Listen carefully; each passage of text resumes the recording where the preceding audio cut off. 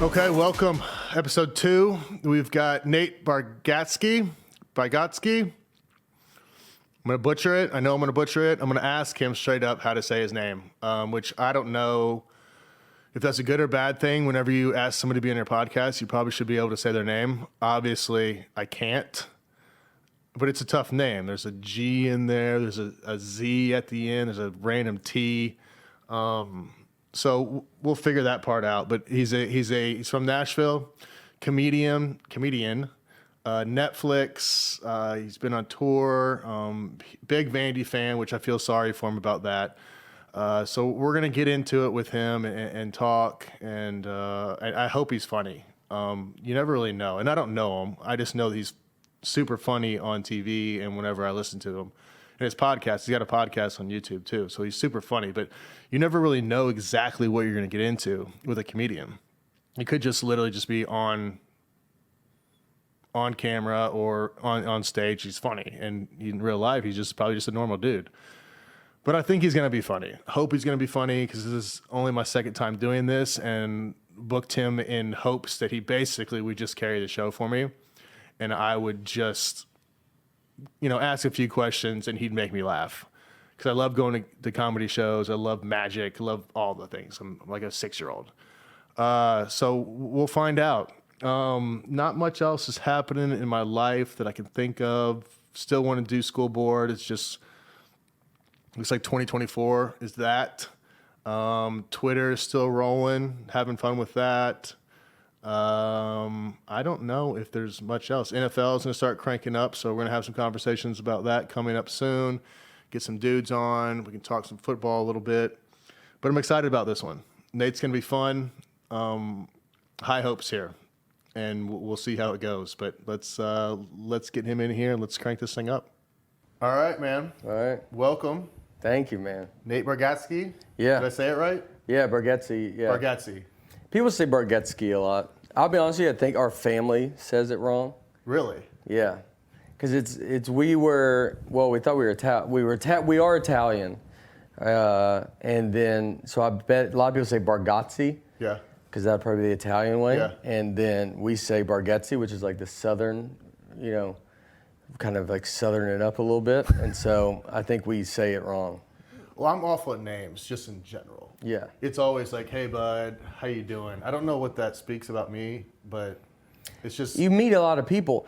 I would think it'd be you meet a lot of people. And you've met a lot of people your whole life. Yeah. So you've been, and I get it, because when you're doing stuff like what we're doing, we're meeting a lot of people. So yes. You don't remember everybody. It's hard to remember everybody. Yep. And then so you find is it bud, pal, exactly. buddy? Yeah, you got your couple words that you use. I know faces, though. Yeah. I'm good at faces. Oh, that's good. So you can see it. So I can see them, but then I'm like, I have no idea what your name is. So yeah. I'm sorry. So I just go, hey, bud. Or, yeah. Hey, good to see you again, man. Yeah. How are you? Yeah, I do that. That's good. Yeah, they're like, oh, it's awesome. Do you try to figure out how far will you go? Until I figure it out? Yeah, will you go I won't figure it out. And so you just spend a day with them? Yeah. Yeah, I've done that. That's fun. Just cruise around. Just hang out. Yeah, you're like, I'm going to just hang out with this person. I don't even really know how. Yeah, I like them. They're cool. Yeah. I know his face. Yeah. I have no idea what his name is. Yeah, that's pretty great to go and then to commit. I remember meeting someone. They texted me. And they're like, just come meet me here. And I was like, all right. And I remember, I was like, I don't know who this is. And so you're like, well, let's just go see. See what happens. Let's hope it's someone. It was either I'm either not going to know who they are. Yeah. Or I'm going to hopefully be like, oh, I just didn't have your number saved. Yeah, exactly. And you just commit to it. You go all the way in. When you save people's numbers, like if you don't know the name, what are you putting in there? Just... I've never done I know some people put something crazy in there. Yeah. I usually just try to put their name in. I know some people will be like this, some people that do not answer. Yeah, got a few of those. Do you write that in? Yeah, do not answer the phone here. I think I always feel bad. Even though they wouldn't see it. What if they saw it? Well, I think if you go to the extent of... I wouldn't save their number. That's option 2. Yeah. But if it's already in there... and then you kind of want to change it just to remind yourself. I think that's the play. Yeah. Okay. Yeah. But if you know you can't lose it. That's like muting someone on social media or something. I just learned how to do that. Yeah, I've only done it like a couple Yeah. people because I'm so scared that they're going to find out. Yeah, I'll just unfollow though. Like that doesn't bother me that much. Yeah. Because it's Even not. if it's like a friend, Yeah. like or someone that you're like, I'm good. Like this person might bring it up. It could be a thing. Then you absolutely. But see, I don't really like most of my close friends. Either they don't have social media, they're married, or I can just be like, hey, listen, bro, like, I can't follow this anymore. Like, Yeah. You're way too much. Would you tell them? Oh yeah. So you'd be pretty confrontational? Do you like confrontation? No, I hate confrontation. Really? Hate it. Do not like it at all. Like you try to avoid it Avoid at it all costs. Avoid it at all costs. Yeah. Yeah. But if you tell someone that you didn't like you're like, I can't follow this anymore. It's very how you approach it. Yeah. Yes. And I mean, I would only do it with a select group of people. Yeah. If I don't really know them, then I mean the mute button is probably the play. Yeah. Well, you kind of it's like where you don't know, you're not close enough with them that you can say, yo, dude, I can't follow this stuff anymore. Yeah. Exactly. But you're not far enough away that you can unfollow. Exactly. But Which is why mute was. But I think social media has turned relationships. It's jaded it a little bit. Oh yeah. So you It's are not real life. It's not real life at all. Yeah. So I think people do and say things on social media that they wouldn't do in this setting at all. Oh yeah. Not even close. Not even close. Not even remotely. You always got to remind yourself when you see social media. I try to not be on. Like I have Instagram's the only one I have on my phone, and I will try to leave my phone a lot of times. Sometimes I have an Apple Watch. Like it's nice because I'll. Especially being a comedian, like you want to be out. I want to be like aware of your surroundings, just because that's how you come up with stuff. And so I'll leave my phone like in the hotel and just be like, I'm gonna go eat, and I'm gonna go eat and have to be like the old way, bored. Yeah, like you just absolutely. sit there and just stare at people, and so do that stuff. But you got to remind yourself, like social media, I'll look at it and be like, because it's very easy to like think you're like, especially if you're looking at like, you're doing this podcast and you're doing. Or being a comedian, you're like, man, they're crushing it. Like, golly, are they? And then some of them you're like, but I know they're not. Yeah. That's not true. It's not true. That's and then not- you're like, but that's they not make it you. look Oh, they look great. great. Absolutely. And so but some people can just they're fine with that being that fake. Yeah, living those two different lives. Yeah. Yeah. Yeah, I don't do that. So it's hard for me to. I like being friends with confrontational people. Oh, they're the best. Yeah, because they do stuff that you're like, God, I wish I could do that. And it's or with you're with them, like they'll take the confrontation for you. Yeah, and they love it. Oh, they love it. They feed on it. Yeah, I have a buddy the comedian, and he would do it, but he'll do it alone, Oh, really? which is it was like a superhero, like just to be, it's one thing if like you had at least a friend there, like you could be like, I'm trying to put on a show in front of them. Yeah. But just to be alone. And just like Yeah. find that situation. Yeah, Like, you gotta try. Oh, you gotta give it a go. I got a few. They're that are confrontational like that. One, I remember he was on a flight and he was like he said, whose bag is this? Because he needed to put his bag up here and he just wanted to move it across the thing. Sure. No one says anything. And so he goes, I would be uncomfortable even asking whose bag this is. Yeah, I just put it in the next I'd figure one. it out. Yeah. And so, but he goes, all right, well, I'm gonna move it. And he moves it. And then the lady says, that was my bag. And he goes, well, I asked and you didn't say anything. Why didn't you say anything? And then she like kind of got into it with him. And then he's sitting next to them. Okay. And so he sits next to the wife and a husband. And then I think he told the husband, he goes, you need to tell your wife she needs to be careful who she's talking to. And then they fly on an airplane together, which is such a funny, like, I mean, it's like 3 hours. You're just elbow to elbow. I mean, they're elbow to elbow with a psycho. This guy's could be a complete psycho, serial killer. No idea. Absolutely. But see, that's why you got to be careful these days, because like MMA fighters, there's just people, just normal humans walking around that could beat the hell out of you. Oh, they would kill you. You got to look for their ears. Yeah, little cauliflower. You could but you just do a cauliflower ear and then not know how to fight. And no one mess with you. What if you just have a great cauliflower ear? Yeah. And then you're like, God, you're a big fighter. You're like, no, I'm the worst. And that's why my ear's like this. Because I am one of but it's enough. Yes. My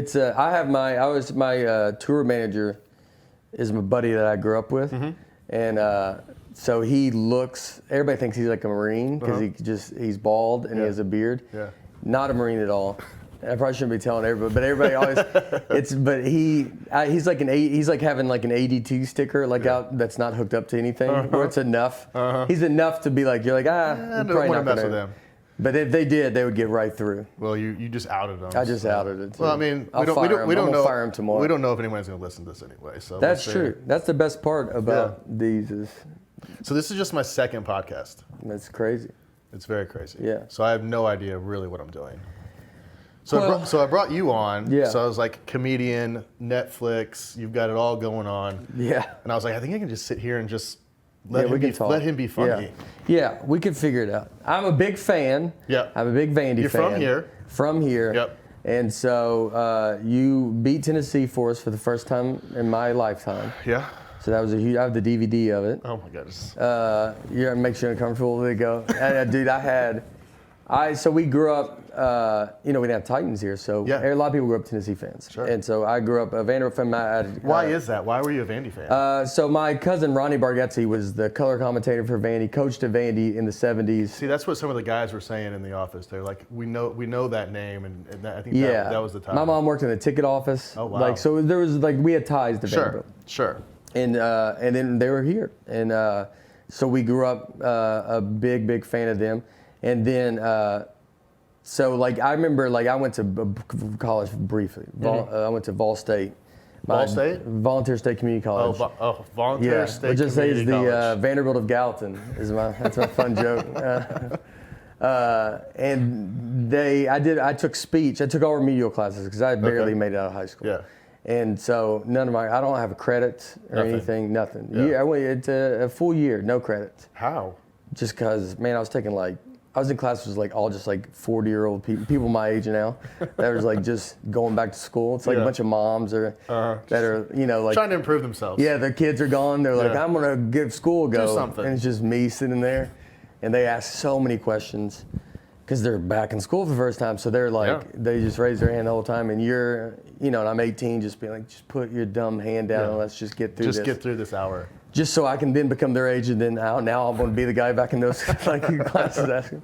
And then we did. I remember I took speech, and I got an A. I gave a speech on Vandy's 95 season. Really? We went 5-6, and which is my favorite Vandy moments. Mm-hmm. People talk about being a Vandy fan. Yeah. It's brutal to be a Vandy fan. Yeah, it's a lot. Yeah. It was you were a huge help when you came, and then you gave us being the Tennessee. Mm-hmm. But the game I always think about too, the Florida game with Earl Bennett. The penalty. Penalty. I think about it every day. It's insane. You think about that every day. I think about it a lot. It was such a close moment. That was a heck of a. I mean, we went to. I think we went double overtime. Yeah. Or maybe just single overtime. When we were going to go for 2. We were going for 2. Yeah. Absolutely. Going for 2. And the celebration was nothing. It was insane. Yeah. He did absolutely nothing. That's all the conspiracy people have of Vandy fans. That's why. Well, I mean, that stuff happens once a year to Vandy. Yeah. And it's just wait, what just happened? Yeah. How is this possible? Yeah. And then the conspiracy theory, they need Florida to win. They need Alabama to win. That's where the money comes. Yeah. And we were at home. I was doing a show. I was doing comedy. I was in New York, and I was performing at an elk lodge. Yeah. That's an elk lodge? Yeah, dude. You do shows. I mean, it was brutal. The show was brutal. And so I was hosting. Yeah. So I would go up, bring someone on stage, and then I would go just sit in my car and listen to the game. Yeah. And so then I keep going back and forth. And towards the very end, I'm walking back out to the car, and I look to the left, and I see a light. And I'm like, what is there? There's a room downstairs. I'm like, what is that? They're just watching the game downstairs. So I got to see the end of it. But it was pretty infuriating to be like, so I could have just been watching this whole game. Instead of sitting in my car. Listening to it's the 1930s. And so I saw just the end. That's the only part of that game I actually saw was end of that game. That was that place. They had just the press box. They had just finished that year, and that place was so loud. That game, it was fun. That was a cool atmosphere. It was fun. We had.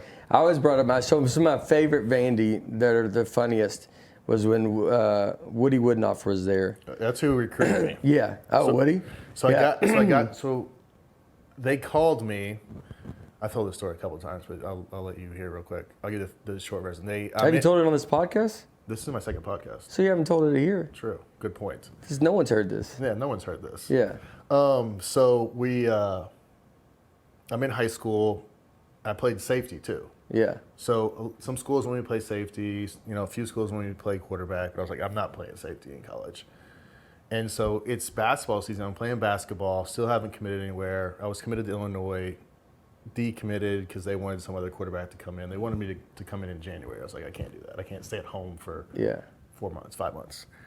So I get a call. It's the AD over the speaker in school. Jay, please go to the athletic director's office. Go down there. He's like, if Vandy's on the phone, they want to talk to you. I'm like, oh, okay, cool. Don't know anything about Vandy. I'm from Southern Indiana, Big Ten country, Notre Dame, Vandy. I'm like, I couldn't point at a map and tell you where Vandy was. So the recruiting director gets on the phone. He's like, "Hey Jay, we just watched your tape. We really don't think that you can play tight end in the SEC though." I'm like, "Perfect. I don't even play tight end." This is awesome. Yeah. And I'm like, "Hey, I don't play tight end. I think you got the wrong dude." Yeah. And he's like, "Who is this?" And I told him position, high school. He's like, "You can." That's back whenever VHS. So I hear him rummaging through tapes and stuff, and. He's like, "Oh, I see it here. We'll watch it and we'll call you back." I'm like, "Okay, sure." Yeah. So they did call back 3 hours later, and they were like, "Hey, we've got one scholarship we need to know by end of the day." Wow. And I'm like, "Well, I need to go home and get on the internet and figure out where Vanderbilt is and what's happening here." Yeah. I mean, I knew it was in the SEC. I mean, I'd heard of it. I just didn't know. So I leave school, go home, and that's like the whole dial-up internet thing. So you're waiting for it. Forever. Yeah. And I mean, eventually figured it out. And then I called my dad, and he was like, "No, you're going to school there. Just call him back and tell him you're in."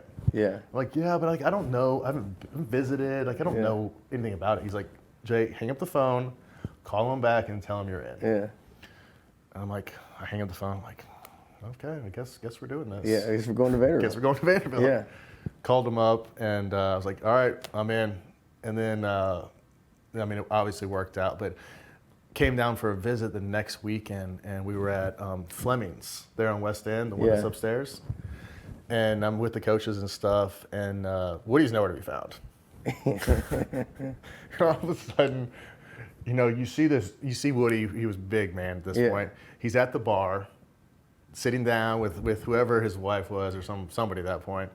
He turns around, comes over to the table, shakes my hand, says, "Hey, happy to have you here." Turns back around and goes back and sits down at the bar. Oh, that's good. And that was Woody in a nutshell. He was awesome though. It was a cool ride, and then Bobby obviously came the next year. But it was a wild story just to get to the end. That's that's a great because Woody was like a big hire because he had a Super Bowl. The Pittsburgh Steelers, Steel Curtain, the whole thing. Yeah, so I mean he was probably like, "Yeah, I don't care, dude." He's like these college kids, like freshmen, like dumb kid. He goes, we thought he was a tight end last week. Now he's playing quarterback. We don't think you're a tight end. You're like, I don't know what happened to that guy. I would love to know who that tight end was. No kidding. Who is he? What if he's learning this right now? He goes, "This is why I didn't make it." That was me. That was me, dude. I was that tight end. And I wasn't a tight end. That's great. Yeah, he was. The game I was going to tell you about with that, when we played LSU, like 95, and Vandy's, LSU's like 13th in the country. We're not anything. And 113th. Yeah. And so we score with 13 seconds left. It's 7-6, and we're like, dude.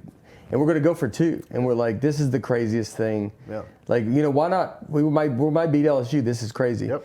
And I remember sitting in the stands. And then we proceed to, when we're going to go for 2, we get back-to-back delay game penalties. Oh, my gosh. And then they kick the extra point, gets blocked. And then we lose. We're kicking from the 50. Yeah, 52-yard extra point here. and then we end up losing. And I was like, this is what being a Vandy fan is. That sums it up in 20 words. It's something that you haven't. Yeah, you're like, whatever you think could go wrong, it's gonna happen. It's gonna go wrong without a doubt, and it's gonna be unbelievably heartbreaking and tragic. Yeah. You're gonna be right here on the cusp, and then it's just gonna all float away. Yeah. Yeah. I know you heard me tell you all about it last week, but there's a new fantasy sports app on the market that you need to check out. It's called Sleeper. Sleeper is a modern fantasy experience designed to connect people over sports with its integrated chat and sleek interface. Sleeper users talk more to their league mates, and their leagues simply feel that difference. Sleeper is free, unlike most apps, with 0 ads. It's a genuinely premium experience. Sleeper offers fantasy NFL, NBA, and even LCS League of Legends, and gives you total control of your fantasy draft and season. Redraft, Dynasty, Best Ball. Sleeper is made to play fantasy sports your way. Sleeper is the fastest growing fantasy platform, co-founded by 2 childhood best friends who used to send their trading cards via snail mail after the families moved to opposite coasts. They eventually discovered fantasy sports, and it became the glue of their friendship. Sleeper is the app they wish they had growing up, and they continue to use it to deepen friendships and keep people connected. Available at the App Store, Google Play, or on your desktop. Go to the App Store and download the Sleeper app and start playing today. So were you always funny as a kid? I think so. You are funny. You make your friends laugh, and you're funny. I don't know how much I thought like I was going to be a comedian. Sure. Or like, my dad's a magician. So I grew up around that. So how did he get into that? He just was fascinated by magic, and then... you don't hear that often. No. No. What's your dad do? He's a magician. He's a magician. Really? Yeah, he did. He was a clown when I was a kid. You can't make this up. No, I know. It was all that stuff. So he was a clown at the very beginning, and then he would do magic with it, and then he did that for a little bit, and then he did full-time magic. I had a special called Full-Time Magic, and that's why it was called that. Like so, he did that, and then I was just around that. Like I mean, it was very normal to me. I was thinking, it's your kids, their dad's a quarterback. Yeah. They think for there's a little bit they might think everybody's dad's a quarterback. Absolutely. And then my daughter, same with a comedian. You're just kind of grow. You don't see it being weird. No, it's not. I mean, performing and stuff was something just you saw on a daily basis. Oh yeah, every day. And like you just never knew.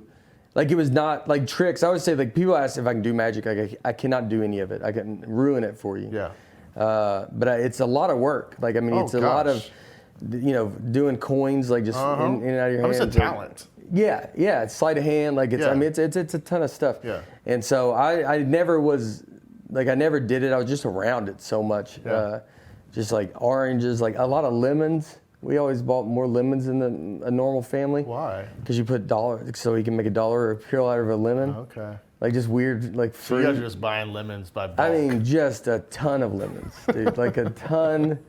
Where you go, what is that? Are we just starting selling a lemonade stand Yeah, here? yeah, Like, what's the game plan They're here? like, this one family just buys these lemons. Just a big lemon family. They like alkaline water, really. Yeah, really, yeah. they're big So on that. they did. So he, so I grew up around that. So I mean, I grew up at least with, that like I was around that. Yeah. And then it was normal to you. it was normal, and and so there's some kind of performing gene probably in me, and that. Oh, absolutely. And so then that's when I moved, and then I went to try to go to college. It didn't really matter. Were you kind of creating an act in high school or whenever you were at the volunteer state? No, in high school, the only thing I would say, I remember, I did think I wanted to be a comedian towards my senior year in high school, and because I think I wrote like where you would be in 10 years, and I said I'd perform at Zanies, which is the comedy club here in Nashville, and I ended up doing that, but I don't know if I really thought, sometimes you're just writing stuff. You just write stuff down just to write it down. Yeah, you're like, it's something in me. Yeah, it's aspirational, but it's like. But you're like, the odds of that. Maybe. Yeah, maybe I don't know. Maybe not. And so I remember the one time I remember making people laugh, one of the first early on is I was at a party with a lot of people from my high school, and I'm telling a story, this long story, and it's like destroying, like it's getting a lot of laughs, everybody's laughing, and you could just feel.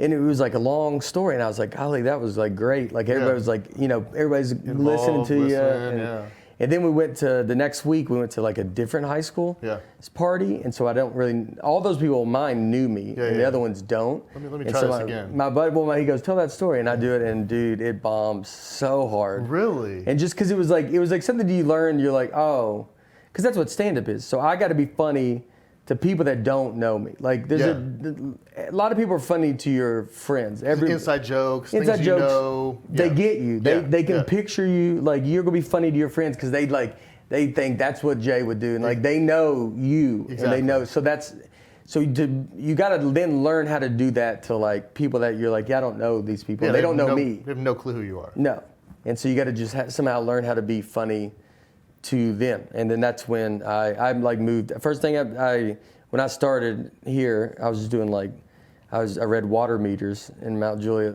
Really? Just whatever job, dude. I have a joke that I say in my act.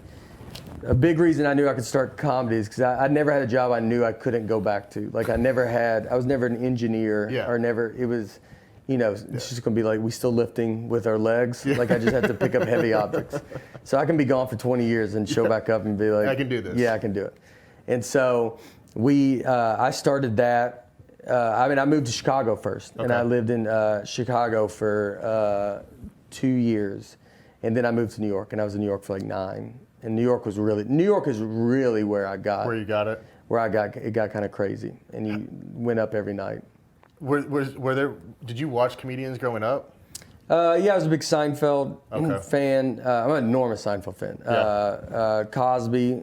I can see that. Like, you got the dry humor and the wit and stuff. I could see how that kind of shaped you a little bit. Yeah. And then you get into when you get into comedy, then that's really when you're like, oh, these people are like better.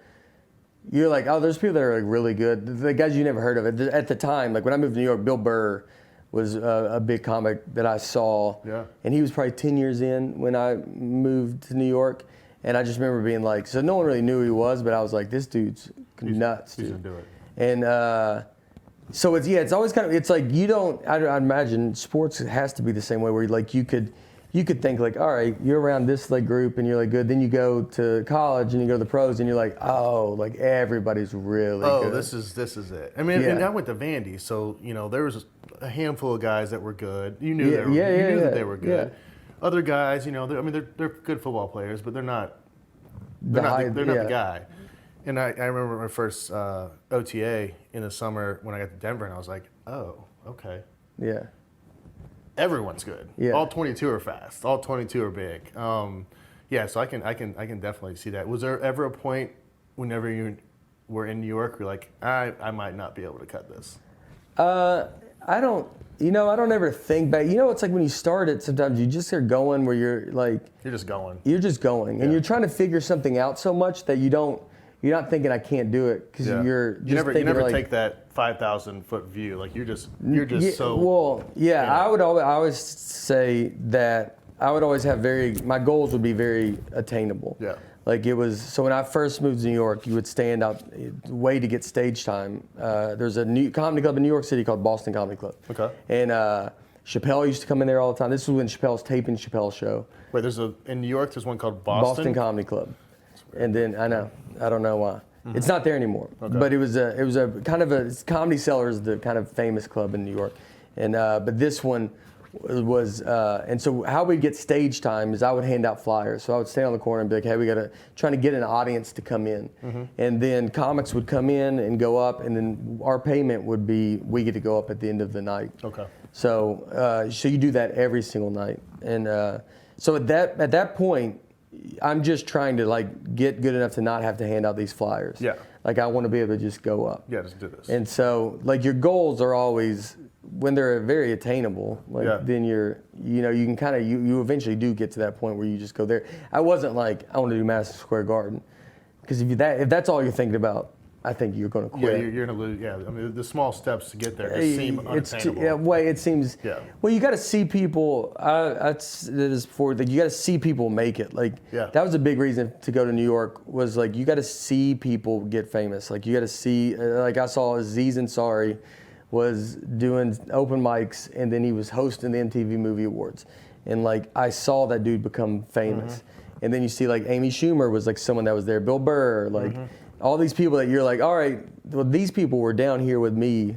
Yeah. And now they're up there. Yeah. And so you're like, there's at least a path Yeah. for them to get there. And you don't feel as Overwhelmed by the overwhelmed by it. process. But if I was like just living in Nashville Yeah. and then I would be super overwhelmed because I'm not you doing the steps that they did. Absolutely. Like you're skipping steps. That's true. I mean, very rarely does someone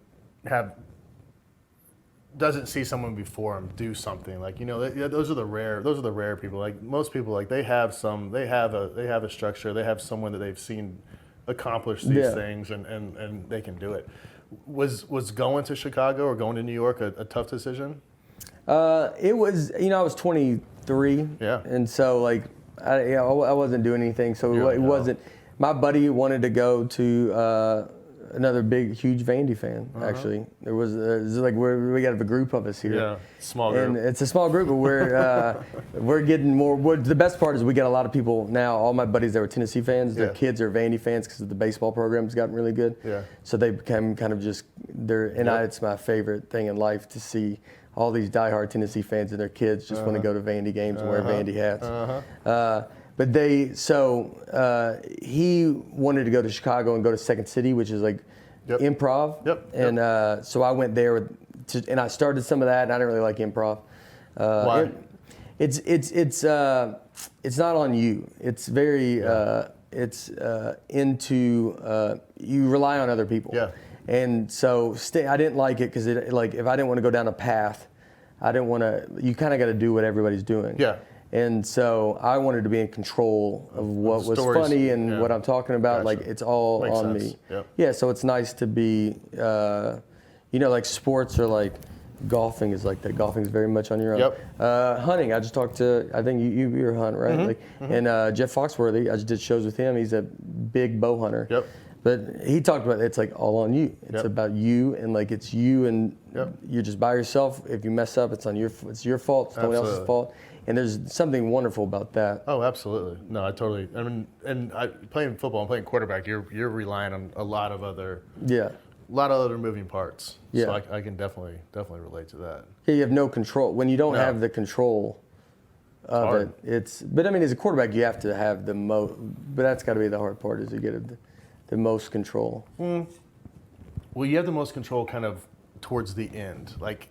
To start the play, like they've got to block, they've got to run the right route, they've got to, sometimes you have to have the right play called, and then you can do your job. Yeah. Yeah. So, if someone misses a block backside, like you don't even get to do your job. Yeah. It's just you just get crushed. You're just on the ground. Yeah. Is that always when you get just hit and you have no idea it's coming? Is that the majority of the hits? No. Okay. No, that's the smaller portion of them. Like I saw, like Justin Fields got smoked. Yes. That's rare. Yeah. It's really rare. But you don't know whose fault it is. Yeah. You don't know if he's hot off that guy, if the line slid the wrong way. You have no idea. So, I feel bad for him, but I'm like, it also could have been his fault. So I have no idea. Oh yeah, it could be the quarterback. Yeah, so exactly. The quarterback. So if you get hit like that, you could be like, dude, you did it. Yeah, you'd be like, I messed up, which I'm fine with. But like, somebody else is like, come on, bro, like, help me out here. Yeah, you killed me. Yeah, like getting smoked isn't fun. Yeah, sorry about that, man. Is that a funny? I know it's not funny in the moment, but it is pretty funny. Like if it is like the offensive line, he's like, sorry about that. Like you got drilled. Yeah. Like it's like what are you're sorry? Having to put your strap back on, and he's like, trying to see straight again. It's like, hey, buddy, you got this. You got this. Get up. Get it, dude. You got this. But it gets to a point, like what happens a lot, like you just kind of look at him and you're just like, you don't even need words. Yeah. Like you just meet eye to eye contact. Yeah. It's like, I'm just so disappointed in you. Yeah, no one's like thrilled. You're like, none of us are happy. No, about the moment. No one wins this. Yeah. No one wins this at all. Yeah. So I've been watching. How did the Netflix stuff come along? It was so. So it seems like you've had a big last couple years. The past couple of years have been good. Yeah. And then, so we, I did a bunch of stuff before. It's like everything. You like in this, my theory with comedy or probably entertainment or stuff. is like you either make it at 20 or 40. Like no one makes it in the middle. Like, yeah, it seems like you have to put in this either a huge success right off the out bat, the gate, or you just got to grind. You got to hit all the spots. Grind, and just. And it's you know I feel like they don't, this industry. It's not the industry. It's like show business or whatever. Like they don't want you. They don't need you. No. There's plenty of people. It's like anything. So you're like, I mean, sports anywhere. Yeah. And if you're getting to be lucky and get to do like a dream for a job, then you got to go earn it. And you got to show up every day and then want to do it. Yeah. So it takes a long time. And I did just, I was always kind of doing stuff. I did a special, my first Comedy Central special. For an hour-long Comedy Central special. I did that, aired the same night of the Mayweather-Pacquiao fight. Oh, gosh. Yeah. I mean, it was like, I didn't even watch it, to be honest. I mean, I watched the fight. Like, the fight was like... It's the fight. I remember telling Comedy Central that, and they were like, I don't know if people are going to buy that fight. You're like, this is the only fight that people have been waiting for like... This is the fight. And she's like, but it's $100, and I'm like... we're not in a third world country where people are buying this. And people get together. They split the cost. Split the cost. I mean, it's maybe $5 a person. Yeah. Like there's many ways you could do. So that special that was called Full Time Magic, and it did fine. It was good, and Comedy Central was great. But then after that, Netflix came and asked me to do a half hour, which I did the stand up season 1. Yep. And so when they first asked me that. It was like I didn't want to go back. It's a big deal to get to an hour. Sure. And that's a long time. It's a long time. And then you had to talk. I mean, you're up there solo for an hour. You're going to start figuring it out. How long you got to talk. You got to be doing this for an hour. Like this is talking's. Yeah. But I mean, this stuff goes by fast. I'm sure. I'm sure the show probably goes by fast. Yes. Well, when you're up there and you're doing it, and like it feels like it goes quick. But I mean, entertaining people and making people laugh, I think, is one of the hardest things to do. Yeah, it's I mean, it's tough. Making someone laugh is very hard, especially strangers. Yeah. It's creating the act, and once you do it for so long, it just like anything, it just happens. You're like, it's not as hard as at the beginning. It's very hard. I mean, like they don't want to watch. I mean, we would be getting people into shows, and like we're like tricking them into shows. I performed for one guy once. No, you did not. Yeah, at Boston Comedy Club. That club, like, did he laugh? He was a good laugher, so it actually worked out. Like he was a great laugher. So, he was a wonderful guy that would come to all the shows, and like was just super supportive. Like that was always cool. Sometimes about comedy, is you'd always have a kind of one kind of regular. And they just loved that it was like kids chasing their dreams. Gotcha. And so they would just come in and be like, good for y'all. And this guy was that guy. And he would just sit alone. And he was a wonderful laugher. So it actually wasn't the worst thing. But you would routinely perform for 4 people. Yeah. I mean, all the time at the beginning. And that's why I think New York comics, when you learn comedy in New York, that's why I think they're the best. Because you're like, I'm in front of 2 to 6 people every night. Yeah. And so it's like that's very personal. Yep. It's very hard to do. Yeah, I mean you got to. I mean you said it's very personal. Like you're opening yourself up there. Yeah, I mean, in front of 4,000 people, you're like, someone's gonna laugh. Yeah, I'll get a couple chuckles. Yeah. Half of them laugh. It's going good. Yeah, we're going great. Yeah. And then, but they have like 4 people. You're like, it's tough because it's awkward for them. Yeah, like it's awkward for everybody. Everybody. All 4 of you. It's just like, dude, they would do. How fast can I get out of here? Yeah. And we would just keep people on stage trying to make them stay. Yeah. So, because you didn't. So sometimes you would get someone in. You'd be like, hey, we got a comedy show, and they're just walking down the street. This was big New York, and so these people are not like, hey, I'm going to a comedy show. Yeah. They're not in like the mindset of going to a comedy show. They're just walking around. They're just going to get a bagel. And they're weak people that can't say no. They'd be like me, like, so you prey on them, and then they're just trying to be nice, and you're like, yeah, okay, and then they come down and they sit, and now they're like in a room alone, and you just know they're so uncomfortable. And then you can film. We sit there and we try to get a couple more people in, and if we feel like they're about to leave, someone's got to go up on stage to make them stay. Yeah. So then you go up on stage and you start like doing your act, and then they got to sit there, and and then we're outside just trying to get. 2 more people. Just trying to get anybody. Anybody. Generate something. Some sort of atmosphere. You don't know if any of them. One time, some wouldn't even speak English, and you get them in because everybody's from everywhere. Yep. And you're just like doing your act, and you're just. I did perform once, an entire crowd, and you're just bombing, and like no one's laughing. And I've been doing comedy long enough at that point where you're like, these jokes are not bad. Like I know this works. Yeah. And then you're like you're looking at the crowd. You're like, does anybody y'all speak English? And everybody's like, they understood that. They go, no. And it was like a group, like an Asian group that was like a part of the tourist group that wanted to go see a New York comedy club. Yeah. So the club is obviously like, we're not going to not take these people's money. Bring it. Come in, and then we just go perform. They don't really speak English, but they just wanted the experience. When it's going bad, do you kind of change your routine to go to like some of your favorite hits? You just you just panic, but your hits become like now with specials and stuff. You do a joke, so once you tape a special, and now that people are kind of coming out to see you, you got to have new stuff. Yeah. So your new hits will just become the hits that you know. Gotcha. But you will go to your stuff. I would always do. Sometimes I could tell like wife stuff would always do really well. Mm-hmm. So like if I'm doing a set that's not going good, maybe I could get to that wife stuff quicker than I wanted to. And you got to kind of speed it up, or like family stuff is always pretty good. Yep. Some stories. You don't want to get stuck in a long story. So you try to, when you tell stories, you try to have a lot of outs. Like, so there's ways, like I could have a story that's 5 minutes long. Yeah.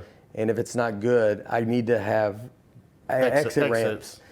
So I can bail in case, like, otherwise you just got to be like, all right, this ain't going good, and then you stop it in the middle. And you just sometimes you do that. You just go, this is terrible. Sorry, guys. I'm sorry about that. Let's move on. Let's try another and that one. can usually get a laugh. That's a just laugh. The awkwardness. I would laugh at that. Yeah, the awkwardness of that. Yeah. And then, but you don't. That's the stuff that you don't want to get. You don't want to rely on that. Yeah, that's got to be once in a blue moon thing. Yeah. So you can't be like, you're like, well, what do you do? What does this joke do? This joke doesn't do good, but it always does good when I say it doesn't do good. Yeah. Like you don't want to be like, well, I don't want that. Yeah. And but you can be in it. You said that guy was a great laugher. I mean, do you know all the different laughs? I take it. Do you have a favorite laugh? That guy's laugh was great. Was it like a cackle? Was it loud, or was it? It was a belly laugh? It was like a jolly laugh, like a Santa Claus. It was very joyful. Laughing. You can be. I have a joke now. I'm telling in my hour, my new hour now, about a girl laughing, and when she laughed, her laugh, she would just go ah. She'd make a solid noise.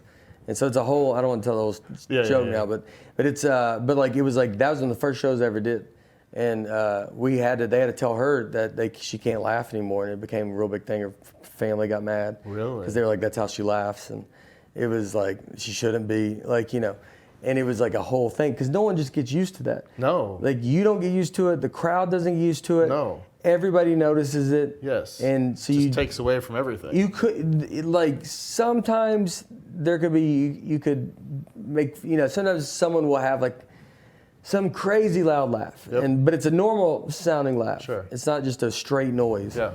And we can all, like, be like, all right, that moment's having fun. Occasionally you can acknowledge it, and then you just can do your show. Mm-hmm. But, like, that one, you can't. You're like, it's happening. You're ruining it. Yeah, it's like, and they told her she can't laugh. I mean, look, that's tough, That's a tough. Hey, you're at a comedy show. Hey, I'm sorry. Yeah. I don't want to be the one to tell you this, but you can't laugh anymore. You can't laugh. And what do you say to that? Her family was furious, and they kicked them out, and it was a whole big thing. But getting kicked out of a comedy show for laughing is probably unheard of. It's very unheard of, but everybody needs to hear that laugh. Like that's the.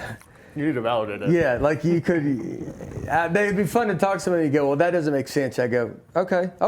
Yeah. Then I want you to hear a laugh, and you tell. Because then once you hear the laugh, you're gonna go, oh, okay. Well, that's not. Makes total sense. That doesn't. You can't do Kick that. Her out. You're right. She should be. Yeah. She's got to get out of here. It happens a lot where you get, like getting heckled and stuff. Like heckling's not too bad. Yeah. A comic can welcome on the heckle. Like if I'm talking to the crowd, well then I'm opening up a lot more opportunity. Yep. I'm not a big crowd work guy, so I don't talk to the crowd a lot, and so I don't really get a ton of it. And then if sometimes I can hear it, I try not to address it. So sometimes when you're on stage, I can hear someone talking like up front. Like I had someone recently, and every joke she was like, "That's right, and she says, "That's right." And that's so true, so true. And she kept saying she's right up front. That woman's not being mean. There's not like, she's enjoying it. Yes. It is unbelievably annoying. Yes. To just, all I hear is her going, that's so true, That's so true. Yeah. And so, but you just kind of, like I never addressed it. I just kind of, I know I'm the only one that can hear that. Yeah. So you're like, all right, well, let me just get through this. And finally she kind of stopped because she can't do it for an hour. Like I just figure, I got to hope. Hopefully. I got to hopefully. Yeah, but we like, don't know. that's an hour of going so true. Yeah. It's a lot of so trues. It's a lot of truth. So I'm just hoping that I can wait her out. So true. And I did. So true. So true. Yeah, it was very true. Do you still get nervous? Or did you ever get nervous? Yeah, man. At the beginning, you're just like, it's the worst. You're just so, you know, I remember just thinking, because I knew I had to go. But I remember just thinking you wanted like the building to burn down. Yeah. Like, you know, like you wanted it to be an excuse that you could be like, dude, I was going to go. Yes. The building burned down. Like I can't do it. I can't do it. It's out of my control. hands. Yeah, you want it out of your hands and go, but it was at the beginning, you're just like, so I don't get nervous like that at the beginning. You get very excited. A little anxious.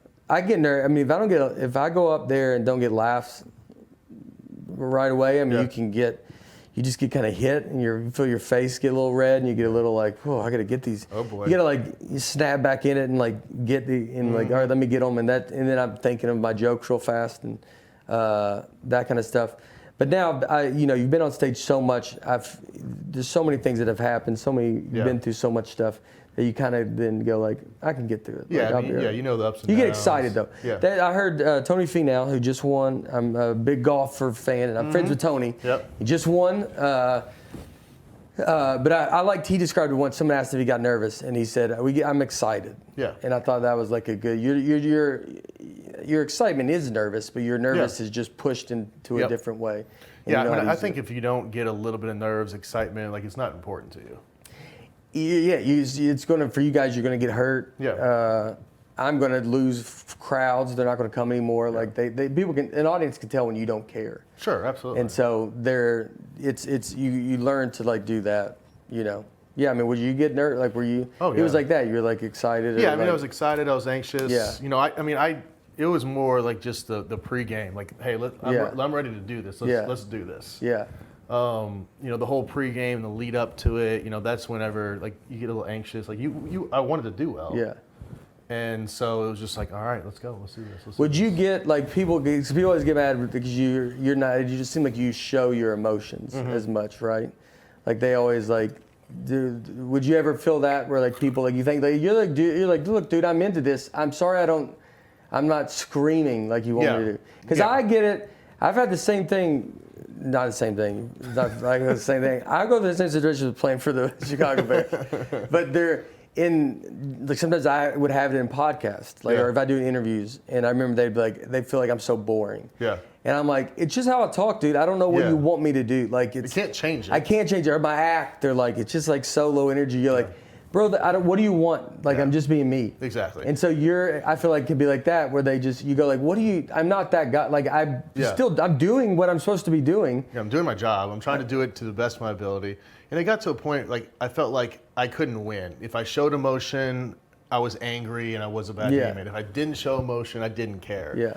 So it just got to the point where I was like, you know what, I can't win, so I'm just gonna do my job and I'll go sit on the bench and in the facility at practice and stuff, I was more vocal and more emotional and did all that stuff. But on game day, I was just like, I'm just gonna literally just do my job and do my job. Yeah, there's a lot of people. Bill Belichick's like that. Like you feel like he's a guy you only see on TV. You're like, this guy, you could think he doesn't care at all. Yes, and he cares. Greatly cares. Yeah. Yes. Yeah. I mean, if I didn't care, like I wouldn't have taken the hits. I wouldn't have been out there doing it and trying to win football games. They don't think about your personality. Like, I feel like sometimes people don't think you're like we all have personalities. Mm-hmm.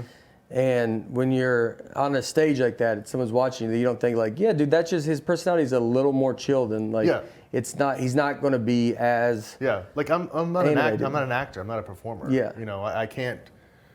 I couldn't do my job and act a certain way at the same time. I'm just not built that way. So, Yeah, so, I mean, took some heat for that, but I mean, I wouldn't change it. I wouldn't go back and do it differently because I don't think I could. It'd been great if you're like, I didn't care. That would have been very funny to go. I'll be honest with you, if I walked in, you're like super animated right now, and then you're like, yeah, I didn't care any not one day. Didn't care. Didn't care. Just cashing checks. Just cashing checks. Just get drilled and just get. You're like, I could handle it. I didn't care. That's why I could handle it because I didn't care. Didn't care one bit. Slept like a baby, really. Yeah, dude, unbelievable. Best sleep of my life was those 8 years. Sleep like shit now. Yeah. Oh gosh. So you've got one daughter? One daughter. Yeah, we had a kid late. Yep. I kind of got her in under the buzzer. Yep. 9 years old. So third grade? She just started fourth. Fourth grade. Yeah. Okay. Yeah. So we've got a third grader, a second grader, and a kindergartner. Yes. Yeah, it's the best. It is. It's Does she think you're funny? Yeah, she likes a couple of my jokes. It's not she'll tell me the jokes that she likes, some she doesn't. One part is like when I have jokes about her, because it's a weird balance of like I don't want her not to come to me like as her dad, sure. Like and think like I'm gonna tell everything. Yeah. Because I mean you do a lot of. I talk about her a lot. Yeah. And then I think you probably draw a lot of inspiration from your life. Everything comes from my life. So everything is just, you want to be relatable. Yep. And so absolutely. you want, so everything's going to come from that. And so there's stuff that like I do talk to her about, and like I know there's jokes that, but I always tell her that I would, if there was something she didn't want me to do, I wouldn't obviously do it. But I don't want her to be scared to come to me because she thinks I'm going to go blab it out to a bunch of people. So you just try to ride that balance, and and we're very close. They come to shows, and I talk to her a lot about this, but she's growing up around it. So I mean, she's not growing up as it's all she's going to ever know is like that her dad was a comedian, her grandfather's a magician. So like it's pretty cool. Yeah, it's pretty. I mean, she's entertained at all times. She's entertained at all times, so she does. Yeah, she thinks I can get her to laugh. Some jokes she doesn't get. She'll just say those are adult jokes, so they're not as funny. Does your wife think you're funny? She does. I always would joke that say she didn't, but there's times that's tough. I mean, because I got lucky that she's I can talk a lot, because we talk about fights that you have, and then you go just tell them to people. I mean, there's been fights that we've had, and then it's like I'm talking about it the next week, and it's a joke. Fresh. And I mean, it's like, and sometimes when you're in the fight, I'm like, this is going to be good. Going to be dynamite. Like this one's going to be real good. Every week you're trying to create a fight for maybe some more content. Come home. I just bring another woman home just to just see what happens. Just real extreme. Just like it gets too far where you're like, what? You're like, I just meet this girl and tell her I have a family. I come introduce her to my family. I'm like, I need material. I have to tell my wife that. What do you want me to do? We gotta pay for this roof. Do you want to live in this house? Like, just get upset about her. I turn it on her. It's flip it around. Yeah. So she does. That was a big thing with her because we've been together since I was 21. Yeah. Before I ever started comedy, so she signed up. So it's not like when we got together. It was I waited tables at Applebee's on Thompson Lane. That's where we met. And so she like came for that. And then when I got in her, like my parents. When I said I'm gonna be a comedian, were thrilled. Yeah. My dad's a magician. I mean, they're like, dream come true. Yeah, they're like, they did it. Like, And then, and her family's like, what? Like, and they were always, I remember they always said, they always told me, like, cause they were like, when they did it, cause I was always very quiet over there. Because I think I'm like, is it kind of quiet? You can be like, there's no way this guy's funny. Yeah, they're like, there's no way. There's no way. He's doing what? Look at him. Like, look at him. He doesn't speak. He's a mute. He's not, like, they think you're going to be just super fun. Yeah. And one of the nice things that my brother-in-law, Joey Robbins, who would listen to this, like, he lived here, and I heard, he came and saw me at Zany's one time and then called my father-in-law and said, hey, I think they're going to be all right. No, really. Which is always I fear if he told me that, my wife might have told me that later on. But that was always a very, very nice thing that I found out afterwards. Like that, it was like he was like, "Hey, don't worry about it. Your daughter's going to be fine." Like believed in you. He like watched me and was like, you know, because you know, wife's parents they're like, I don't know what this is, dude. Yeah. Like they're like, I'm trying to do this dumb dream that could Yeah. not And, pan and they out. want their daughter to be in good hands and Yeah. all the things. Yeah, like You've got like, a daughter. You're like, hey, yeah, I don't want her just, you know. some guy comes over. Yeah, that just you're like this guy's a loser, you know, and there's a great chance of that. Like when you're starting comedy, and you're like, yeah, this might not work out, and I don't, you know, and I'm just like, no, I'm gonna do it, you know, and then so that was always very nice. So that helped, and then now, of course, they are thrilled and they from come to Applebee's to 1 hour Netflix shows. Yeah, and then back to Applebee's. We'll all end up going back, you know, yeah, Full circle. just full circle towards the end of it, yeah. That's good. So what's up next? I got a big tour. Yep. The Rain Check tour. So we're starting all that, and then How many stops? Oh, You don't know. man. You just go. No, I think we don't have them everyone announced yet. But once they're all announced till next June, I want to say it's like 99 cities. Are you kidding me? No, and then and a lot of like double shows. That's not even counting the double show. Like so, a lot of cities we've added a show or something. But it's 99 different cities. And, That's awesome. Yeah, it's great. Congrats. It's gonna be a lot. Yep. But I got my buddy, that's my tour manager now. Doesn't know how to do it. So he's got to learn that. It's gonna be fun. So what do you guys just take? I mean, you're not like a band. No, it's just me. So it's me, my tour manager. I'm bringing 2 openers, a lot of comics that I started with. My dad opens for me some. Like when I'm doing shows, I'm doing 2 shows at the Opry and the Ryman here in Nashville. Yep. And my dad will do Nashville. And when I go to Vegas, my dad comes to Vegas. Nice. And then the other shows I bring, like a lot of guys I started with or some comics. They're all very funny. So I usually bring, so on the bus will be our bus driver, who's great.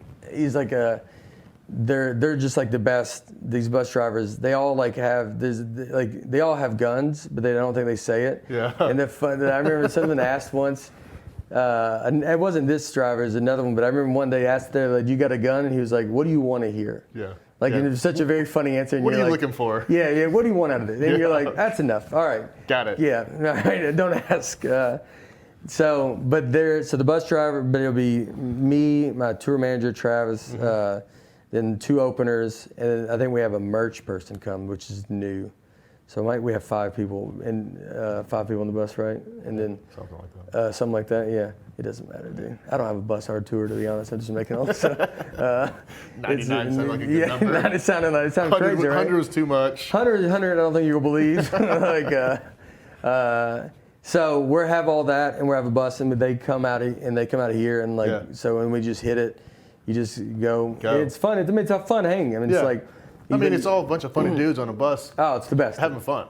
It sounds It's the awesome. best. I want. Sounds awesome. Can you fit 6? You can come. I'd love to. You pick the town you want to go to. Okay. And you can come roll around with us. That is 100% and dig in, because it's pretty fun. It's I'm sure it is. Sounds amazing. You just hop on the bus, and then you like the wilderness, right? Yeah. You sleep in whatever, you don't care, dude. No. Doesn't matter to me. And then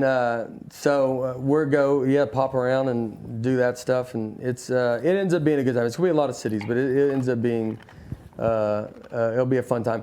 And then this last special I shot was during COVID. Yeah. So I didn't really get to I didn't get the normal run up to tape a special. And this one, I'll tape another one probably next year, hopefully. Yeah.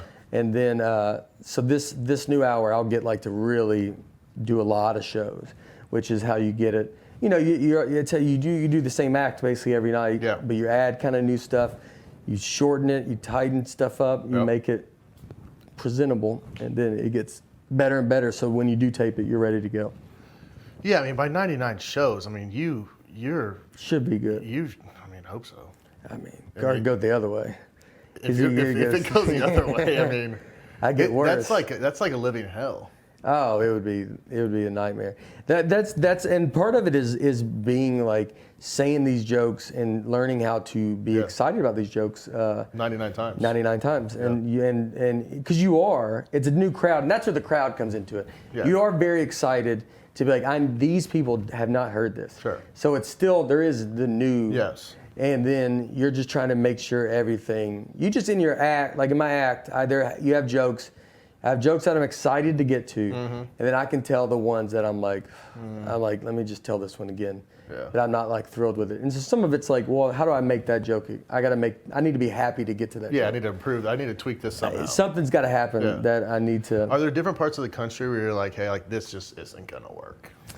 You can tell sometimes, like if you're in New York or if you're in Nashville, if you're in a major city, I feel like they're hip, I feel like they get everything. So it's like all the little jokes they get.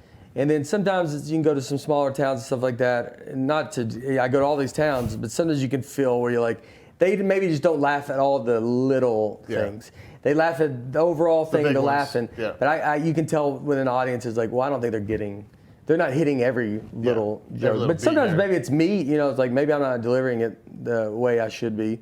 And so you learn to do it. But yeah, sometimes you can tell that, But so, like even them, whatever your joke can be about, like I start to say, if you have jokes about being from the South, like if I'm from the South, they're laughing with me if I'm talking about the South. If I go to New York, they're laughing at me. Like, it's like how they do it. But they're laughing. That's all. The win's a win. Win's a win. That's like you say it like every. You get. When y'all do interviews, do they ever? Why don't they ever just stop and be like, y'all don't have to do interviews anymore? Like because I always think with athletes, it's the same. Like college, like when you see like Saban. Yeah.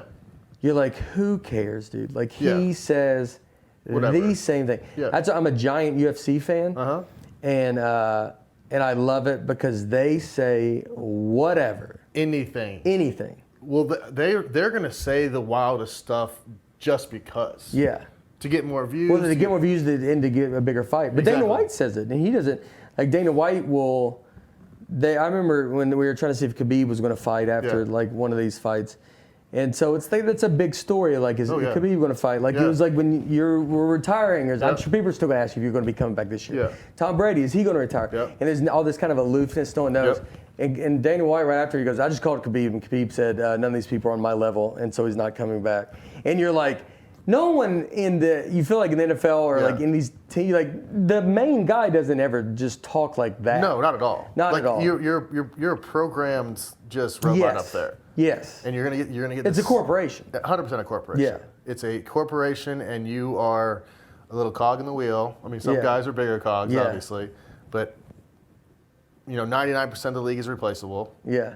And you better say the right stuff, or the corporation they'll replace you. Yeah, because they can. Because they can. Because there's. Why not? Everybody's good. Yes. It's like that's the level we were talking about earlier with had in comedy, and like when you go to the NFL, you're like, yeah, dude, we're all good. Yeah. So it doesn't matter. Yeah. Like if you don't work, then it's not going to matter. Exactly. I was in Vegas for the McGregor fight. The last one. Yeah. Yeah. Oh, with Poirier. Yeah. Oh yeah. Just stomped him. Yeah. Yeah. He got lucky. Like breaking his leg was probably the best thing that could happen to him. Yeah, yeah. Because round 2 was going to get. Yeah. It was going to be. And the fact that Connor's going, Connor's obviously, I love him. Yes. Like, and he's done so much for the sport. Yeah. And he's very, very fun. Mm-hmm. But Poirier is like, you're like, this dude's like the real deal. He's a real deal. I thought with the Connor and Khabib fight, I remember watched that at a comedy club, and I loved it so much. Yeah. And then. Khabib was in, I felt so control of it. Yes. And then I remember Khabib he goes, what round is it? And they go 4, and then he ended it. Yeah. And I just assumed that he chose 4th round. Like he's like, I'll do it the 4th round, but he wants to hurt him. Yeah. Like truly hurt him. Sure. Because he didn't like him. And so he's like, I'll do it for 4 rounds. Mm-hmm. Let me know when it's the 4th round, then I'll end it. I'll be done with it. And then I'll jump over the ring and fight everybody else. Yes. Which was amazing. That dude. See, like, that's the kind of guy, like, you'd run into him with a bar. And 155 pounds or whatever. Yeah, and you'd be like, whatever. Whatever, dude. Say something smart, and the next thing you know, like, your arm's broken. Yeah. Or worse. Yeah. So, I mean, you got to hope. That's what we always, like, those guys, you got to, I think people try to fight them all the time. Because I got to imagine people would want to fight you. Like, weirdly enough, I knew Ben Bailey, host of Cash Cab.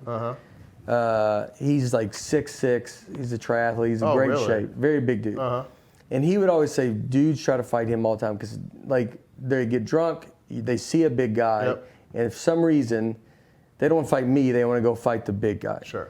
And so he like can feel it. So he would always like just go introduce himself to him because it just kind of sets them back, like just to be like, you're like, hey, what's up? How you doing, man? And then they're like, oh, all right. Okay. But he could feel them eyeing him. The energy. Like, yo, this dude's trying to, And so I imagine those UFC guys have that same kind of thing where they walk around and like someone, you're like, oh, this dude's gonna fight me. But I always think the ones you did, the Diaz brothers, you're like, dude, they will fight you. I think they will fight you. No, there's a handful of them in the UFC that would 100% fight. Yeah, you're like they're dude, looking for it. Yeah, you're like John Jones or like Khabib's probably going to not let you fight him because he's like, I'll kill you. Literally. And so he'll talk you out of it. Yeah. The Diaz brothers, you're like, they will fight you, dude. Like, Like, don't run into them. And would destroy you. Destroy you. Like destroy you.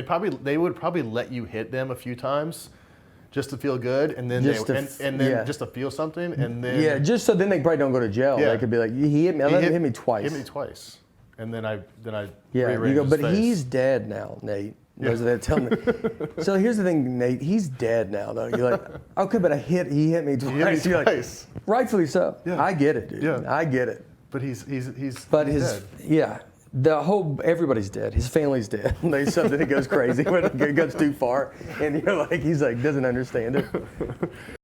I told you earlier in the show about the Sleeper app, and I hope you have checked it out already. It's changing the fantasy sports game in a major way. Sleeper is a modern fantasy experience designed to connect people over sports with its integrated chat and sleek interface. Sleeper users talk more to their league mates, and their leagues simply feel that difference. Sleeper is free, unlike most apps, with 0 ads. Sleeper offers fantasy NFL, NBA, and even LCS League of Legends, and gives you total control over your fantasy draft and season. Redraft, Dynasty, Best Ball, Sleeper is made to play fantasy sports your way. Sleeper is the fastest growing fantasy platform. Co-founded by 2 childhood best friends who used to send trading cards via snail mail after their families moved to opposite coasts. They eventually discovered fantasy sports and it became the glue of their friendship. Sleeper is the app they wish they had growing up, and they continue to use it to deepen friendships and keep people connected. Available at the App Store, Google Play, or on your desktop. Go to the App Store and download the Sleeper app and start playing today. Yeah. Are the Titans your team now? Yeah. So I was a big, growing up, I was a Redskins fan or Washington football, which actually don't mind the Washington football name. I don't mind it either. Yeah. I'm glad they at least kept it. I was like, you know what? I kind of like that. Yeah, I don't know. Kind of works with the uniform. Yeah. It feels like Alabama. Like it feels like very traditional. And you know that like they're gonna pick something horrible. Oh, I mean the Guardians are the. Yeah, it's gonna be bad. Yeah, it's gonna be bad. So, so I grew up that. But then when the Titans came here, I kind of, it was great to be a big Titans fan. And then we came out the gate and went to the Super Bowl. And so it was like, here we go. And I think they're gonna be good this year. I think they're going to be very good. I'm very excited about them coming here and stuff like that, and I love it. And so it's fun that they're here. Would you have almost ever played for the Titans? Would have ever? I was close before I signed my last deal in Chicago. I was going to be a free agent that year, and it was we got out of the year. And towards, I think, the last couple of games, we started working on my deal in Chicago, and my agent was like, the Titans will sign you. And we had a house in Nashville, loved Nashville, Vandy and stuff. So like it was close. Yeah, it was close. Like you thought about it. Yeah, I sat there and thought about it. And whether I did or didn't, obviously I can't go back and redo it. Yeah. But it would have been fun, I think. I always, and I don't know if you talk about any of this, I always defended you with your the Denver thing. I was a very, very big, which I was always a big color you, because for a lot of pro stuff, I usually just kind of follow the Vandy guys, and I would always just want the Vandy guys to do good. And I was a big, big defender with you at Denver, because I thought you did nothing wrong. I thought you had an amazing year. Josh McDaniels comes in.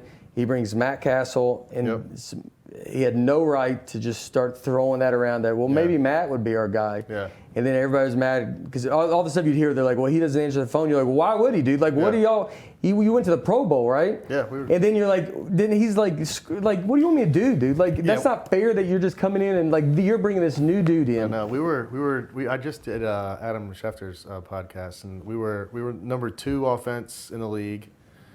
I was in Pro Bowl. B. Marshall's in the Pro Bowl, and then we had Ryan Clady. I mean, we had some dudes that could just straight up play. Yeah. On offense, Eddie Royal, Tony Scheffler, Chris Cooper was a Pro Bowl lineman, and we had some, and we were all young. Yeah. And they fired Mike, which was insane to everybody at that point. Yeah. And then Josh came in, and I met with them. Everything was cool, and then I left for the weekend to come back to Vandy, to Nashville.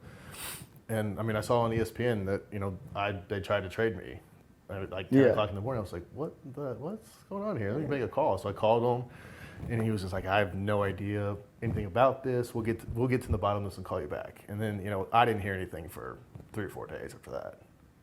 And then they make it seem like you don't call. Yeah, and then But it's like very weird. You're like, yeah, dude, why are you being weird? Like, that's insane, though. Yeah, I mean, I called back. We had a meeting. It went poorly.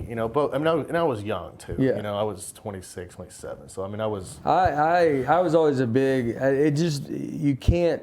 I always thought that's not fair to like. It wasn't like you were having a whatever year. Like, no, like we were coming.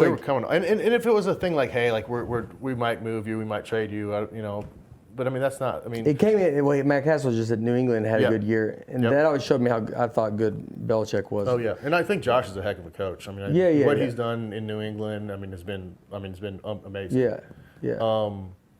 It's just one of those situations, and I think guys now in the NFL have more power. Yeah. Yes. They got so much more power. They're getting paid a heck of a lot more. Not that we didn't get paid, but.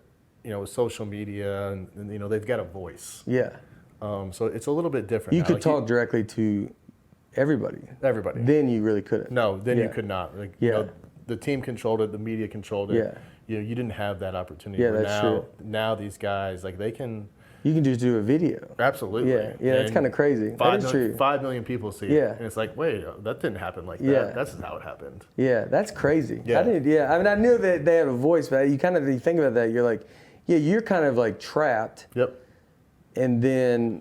And I didn't want to get into a back and forth to the media thing. I was just like, this is dumb. Like, I know what happened. Yeah. But now, if you want to say something, you can fire away.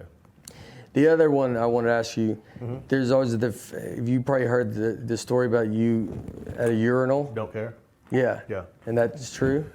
Have you talked about it? Because I hope it's true. Here's the thing. You're gonna ruin it for me? I'm not gonna ruin it for you at all. Okay.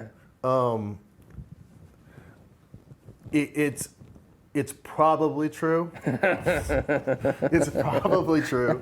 There's probably a lot of truth to it. I don't remember this instance exactly. Yeah. But for me to say there's no way that's true, I would 1,000% be lying. Yeah. Yeah. I mean, there's probably a 90% chance that this is definitely true. Well, I think everybody knows it. They have to know it. But it's, because I remember I heard it, and then someone else told me, I heard it like outside, so you're like, oh, this thing's kind of just got around. Yeah. But I love it so much. And there's been a few of those things. There's a bunch of that's always those kind of stories. But that one I always just loved because it was just very, very funny. Just the saying, I don't care. Yeah.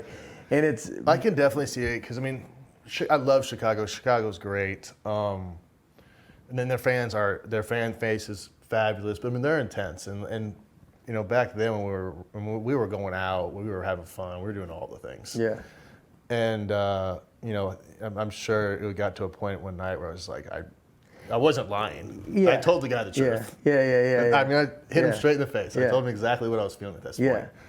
So, I probably did not care right then. Yeah. At all. Yeah, no, it's just one of those, you're not going to do that. It was just like added. Did you ever go to Jake Melnick's, the sports bar in Chicago? Mm-mm. That's where I worked at. That's where I waited tables there. Is it up by Second City? No, it's right off Wabash and right off the Chicago L stop, Chicago and Wabash, I believe, or something. I can't even remember. Is it Rosebud's over there? Yep. And I know then, where Rosebud's is. Golly, there's a big famous hotel. It's right by the Hancock Building is all down, Okay. all that kind of yeah. up there. And then Yeah, that was. It's a fun little town. I loved it. I always remember when I left Chicago. At that point, Chicago's got a great stand-up scene now.